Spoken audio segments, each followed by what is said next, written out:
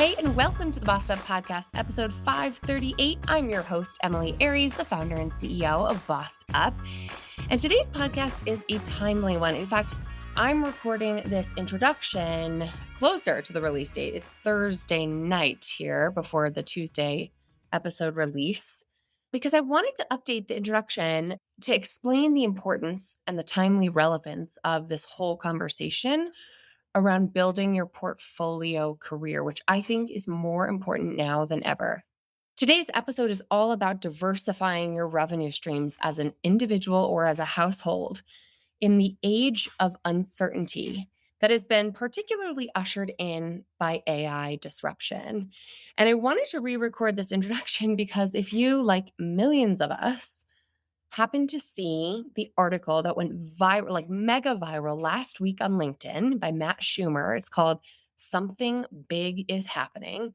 It sent shockwaves through white collar worker America because it makes the case that the newly released AI chatbots that are out there through both Anthropic with their Claude and ChatGPT, they are so much more sophisticated than you might have known or than you might think if you were using ChatGPT a year ago and were like kind of not that impressed with it, to the point where Matt Schumer and frankly many economists and other technologists in the AI space are predicting mass replacement of white collar workers with AI in the next 12 to 18 months. That's pretty alarmist. And there's a wide spectrum, I should say, of philosophers out there, economists and philosophers and technologists, some of whom are far to the side of optimism. AI is going to be the assistance and the freedom that we all have always wanted, versus AI is going to create mass unemployment and have no available jobs. It's going to trigger a recession like we've never seen before. Like there's a broad swath of perspectives out there, but this particular article, if you haven't read it, I would highly recommend checking it out. I'll drop the link in today's show notes. It really resonated with a lot of folks who felt like so many people, and particularly so many women who've got the degrees, maybe who have grad degrees, right? Who've worked really hard to get to where they are today. If you are in professional services, everything from accounting to legal to consulting, those jobs are going away and going away soon. And these are folks who haven't had to think like entrepreneurs for the majority of their career. And so today's conversation is part of what I'm really feeling called to do here now, which is to really lean into this AI conversation as it pertains to the future of work and the future of our workforce. Because the kinds of podcasts like the one I've created weeks ago now for you that you'll hear in a moment, I think are more relevant than ever because we need to be strategic and we need to be creative in terms of shoring up our financial resilience for what is coming next. And the disruption, to be clear, has already started. Just look to the layoffs that the tech industry have faced over the past year. There is good reason to believe that is just the beginning. And I'm not trying to scare anybody, but I'm feeling a little scared. Like I think the nature of that article Matt Schumer wrote really resonates and feels true because it is so daunting and relatable in that he likens it to being one of the early researchers understanding the scope of COVID-19 back in like February or March of 2020, and just how so many people are not grasping the full scale of what's coming. So as you can probably tell, I'm not an AI optimist, but I'm also not a fatalist. I think there's opportunity here. I think there's a heads up that you can heed right now and start to get real busy figuring out how we sustain ourselves and how we navigate whatever pivots might be necessary moving forward. In fact, I've been working with LinkedIn Learning recently. I just released a new course with them this week. It's actually a re-release, a total reimagining of a course that I first created with them back in 2019. It's called How to Get Unstuck and Propel Your Career Forward. Except this time when we created it, we infused AI tools at every step of the way. So if AI is coming for our careers, we might as well leverage AI to try to navigate the new normal of career pivoting and career transformation. And so that's a topic that I'm excited to share in that course. Check out my post on LinkedIn about it because you can access the whole course for free via the link that I shared a week prior. So like a week ago, if you're listening to this on Tuesday, I posted last Tuesday, the last Tuesday in February about this. But that's kind of indicative of the conversations I want to host a lot more of here, which is what does this AI revolution mean for us, particularly for women in the workplace? Because let me tell you, the gender differences are stark in terms of how this AI disruption is going to disproportionately negatively impact women and folks of color.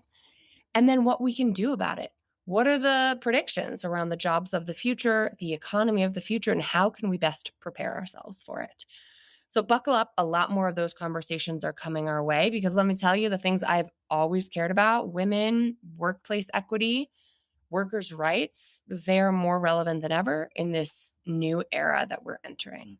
So prepare for change because change is a coming, and I'm excited for us to navigate it together. Okay. Wow, that ended up being a lot longer than I meant it to be. But there's a lot going on here behind the scenes, and I just wanted to pull back the curtain for a moment. Okay, without further ado, let me cut to the episode I originally prepared for you, all about pursuing a portfolio career. When people I talk to hear about all the different things that I've got going on, like raising 2 kids, working a corporate job, juggling Bossed Up, podcasting and speaking and all the work we do here, real estate development with my husband, and all my work as an advocate, and then I share that I'm starting a new side hustle that I think I'm finally ready to tell you about. They look at me like I'm crazy. You might be listening to this thinking that I sound crazy, and I get it. I really do. But do you know what I think is crazier? Putting all your eggs in one career basket. Now more than ever, with all the volatility in the marketplace, it feels like a risky proposition to overinvest in any one part of your career. That's why I've never felt more sure that diversification across your career and ideally across your entire household's income streams is a really smart thing. In fact, I think it's a modern imperative in today's world. I don't think it should necessarily be this way. I look back on the days of the company man era where employer and employee loyalty was high, where your company would send you home with a turkey for your family for Thanksgiving, and where you spent 30, 40 years at the same company over the course of your entire career. I look back on those days with nostalgia and longing, quite frankly. What a luxury it must have been to be able to rely on a company and to rely on your employer in that way. That's not the reality anymore. That's not the market that we're living through, that we're facing. And so more and more millennials, Gen Zers, Gen Xers, and really folks across the age spectrum who are navigating constant upheaval and career change, the concept of a portfolio career is something I want to talk about today as a really smart thing to consider for any one of us, whether you're looking for a career change or not, whether you are happily employed or discontentedly holding on and hugging on to your current day job because the job market feels so untenable. I get it. You know, we talk a lot about that here at Bossed Up, and we've got tons of free resources for job seekers. But I think every one of us should have our eye on what else is out there. Not only as it relates to another employer, but really thinking about how you might explore other alternatives to increase your diversification. So, what am I even talking about here? What is a portfolio career? Let's start there. It's about thinking of your entire career kind of like a pie chart, right? Where in fact, envision 2 pie charts. One pie chart is all about where my income comes from. If your entire pie chart, 100% of your pie chart, 100% of your income comes from one source, that's a very risky proposition. That's a all eggs in one basket situation. No financial advisor would ever allow you to have a retirement portfolio or investments that look 100% all in on crypto. That could be a bad idea. 100% all in on government bonds could be a really bad idea. You want to have diversification. And the same is true for your income streams. At the same time, that's not all I'm talking about. When I think of a portfolio career, I think of the pie chart next to my income pie chart in terms of output, not just what's coming in terms of income, but what am I putting out in the world in terms of my attention, my effort, my gifts, my skills. Because if 100% of your attention is going to one source, I would argue that you are over-investing in your gifts, your talents, your attention in one place. I recently had a challenging conversation with my darling, Brad the Boo. And I said, look, I know you love your place of work. I know you are proud of the company you've built, of the team you lead, of all that you do, but you have a lot of other things going on, right? You've got some real estate endeavors that you're squeezing in around the margins on nights and weekends. He's designing a ADU build for us right now, an auxiliary dwelling unit, which is like a little house we're building from scratch in our backyard right now. And he's been working on that for years, but barely, right? Slowly, because he doesn't give himself the time of day to work on that. And I really kind of pushed back and said, look, yes, you've got parenting going on, just like I do. Yes, you've got other hobbies and friends and fun time.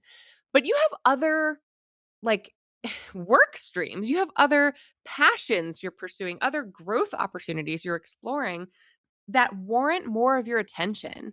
And right now, you're over invested in your day job from an attention standpoint. And in fact, I challenged him and said, look, let's make an assumption here and say that you're giving 95% of your time and attention, your skills, your effort, your energy to your current employer. I would venture to guess that if you gave 85% instead of 95%, the impact on your company would be negligible.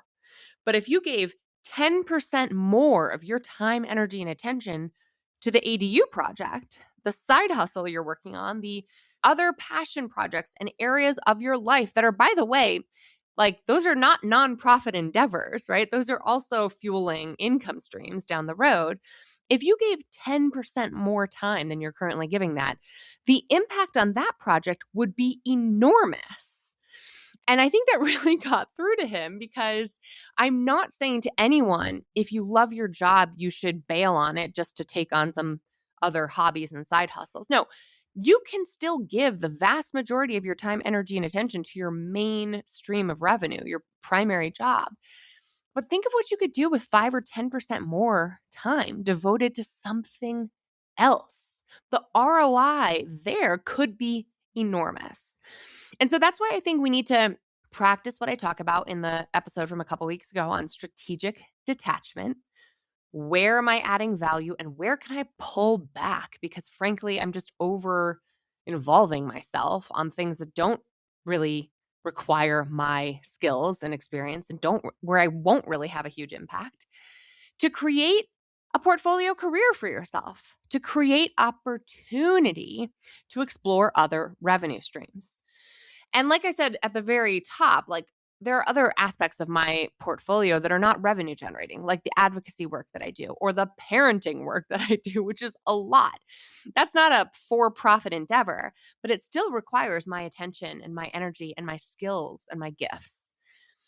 And so I want us to think more holistically about diversifying those two pie charts, both of what's going out, your attention, your effort, and what's coming in. Because having a portfolio career in your household can be a really helpful way to hedge your bets in a volatile world full of change, full of upheaval, where technology is changing things so rapidly. Entire career paths are going to be wiped out as they continue to evolve and change in this landscape. And so you want to diversify your risk. If your primary income stream goes away tomorrow, you want to have something else bringing in some revenue, some income. And so having a portfolio career or a portfolio approach to your career can help diversify your risk, but it can also just be more fun. We talk about multi-passionate or multi-hyphinate careers as though there's some rare thing, but all people have more than one interest, right? So what would it look like to free yourself to spend some more time on the things that matter to you, to like give yourself an excuse to lean into your passions, your hobbies, your interests, and maybe even explore if there's a pathway to profit off of them, whether it's educating others or monetizing your hobbies by entering the business realm of whatever it is that you're into. If that does not appeal to you, if you're like, Emily, please don't ruin my hobby by making me a professional at it. I hear that. I totally get that. As I was recently telling my some of my college besties about this new endeavor, this new side hustle, I'll disclose in a minute. My best friend from college was like, that is so Emily for you to try to like monetize your side hustle, your side passion. I was like, well, that's part of the fun, right? Like for me, it's not just the thing, it's the business aspect of it that is fun. So if that feels fun to you, go for it, right? Like give yourself permission to try. I think it's more fun to have multiple avenues you're pursuing at once. I think it can open up opportunities for feeling more purpose driven in your career, especially if your day job is like dull, is bumming you out, is not aligned with what you're passionate about.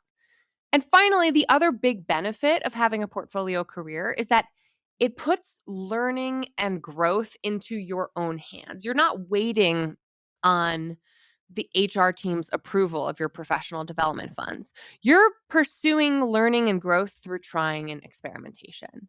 So I want to give you a couple of examples of how to start diversifying your career and kind of pursuing this portfolio approach. The first is to follow your interests. So for me, this looks like leaning into the world of baking.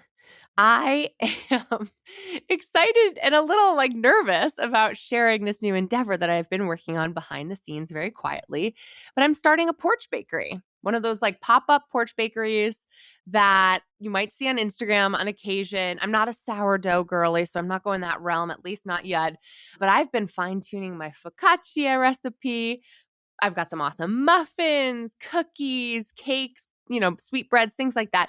And I'll be popping up Saturday mornings in my cute little neighborhood and on a park in Denver. And I'm really excited about it. It's going to be like a way to start the weekend off in a neighborly, friendly, community building endeavor that's like really lighting up the community organizer in me and also reconnecting me with the baker in me. In fact, my very first business in high school was making custom cakes for like my teachers and friends. And it was so fun. And so I'm really delighted to be reconnecting with something that's been a part of me for a long time. I mean, my mom, my sister are prolific bakers, far superior to me.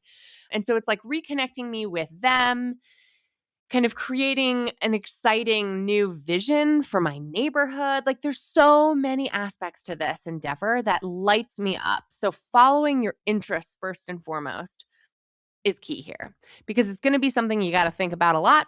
You got to want to think about a lot. You don't want to have to drag yourself to a new endeavor. You don't want to become interested in something like vending machines because you've heard vending machine management can be a good side hustle. Like start with what you're already interested in and you're better off from my vantage point. And then take some low stakes experiments. Try some things out. Entering the real estate market to become a house flipper, not a low stakes experiment. That's a very high stakes, high cost, high risk, potentially high reward endeavor. Let's not start there. Let's start somewhere a little closer to home, something a little more manageable, a little more attainable, a little more low cost. Like start with what is accessible to you and experiment, try things out. Don't just try things out on your own, try things out in community. Because if you're looking for something that could truly be a side hustle, you need someone who's willing to pay for it. And so experiment with your target audience, with your prospective future customers. The Lean Startup by Eric Rice taught me a long time ago now, when I was just starting Bossed Up, that no early business experiment is truly an experiment until money is exchanged, right? Until actual value has been produced. And so keep that in mind. Like you don't want to just be baking your baked goods. You want to be baking your baked goods and having your neighbors test them, try them, weigh in with how much they might pay for them, and then eventually pre-order them and sell them to your neighbors or whomever you're targeting. Don't be afraid to go off brand. If you're an accountant, You do not have to stay in that lane when it comes to diversifying your career. I know someone who has a financial blog online who's been producing content around personal finance and who experimented with having a farm stand with fresh chicken eggs that she sells, in the last year. You do not need to stay in your lane when it comes to diversifying your career portfolio. In fact, I encourage you to not stay in your lane. What was really interesting to me about this porch bakery was I felt for many years like I couldn't talk about my love of baking because it was somehow off brand when it comes to bossed up and feminism overall, which is such bull. But I actually years ago was talking with an agent at a major agency, and she gave me some advice, personal branding, 3 words that kind of describe who you are and what you're all about. So what you should be sharing online about you. And we were kind of exploring my life and what I had going on at the time. And I said, well, obviously feminism, girl power, advocacy, leadership, all that was a given. And then I said, well, I like to play the drums. And she was like, great, super aligned. I love to bake. And she was like, no.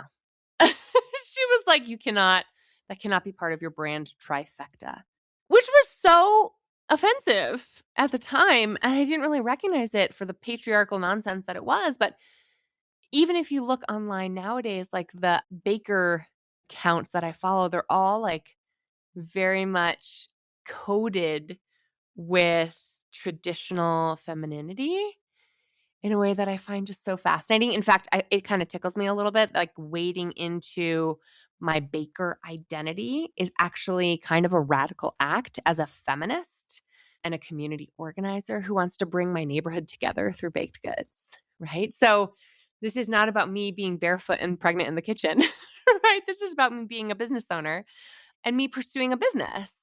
Just like these trad wives who are influencing millions of people on social media are in fact running businesses, but cosplaying traditional housewife along the way. So it's been a really interesting time.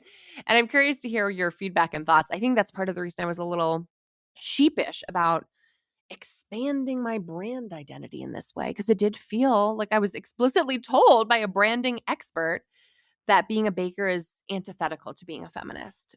Yikes. Becca, the creator behind The Sweet Feminist on Instagram, would disagree, right? She's been making cakes with reproductive rights messages behind them for years on Instagram, and I adore her. So I just think it's a very interesting time to be expanding beyond the confines, the social constructs that people will put other people into.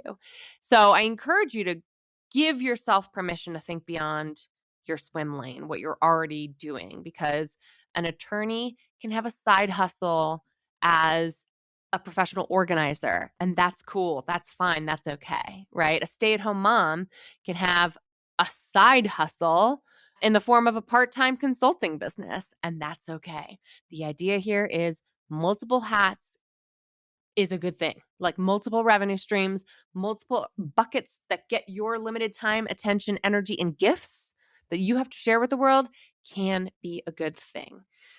Making the space for this is the number one challenge. I can hear it already. You're like, Emily, what the are you talking about? I am so overwhelmed by the world.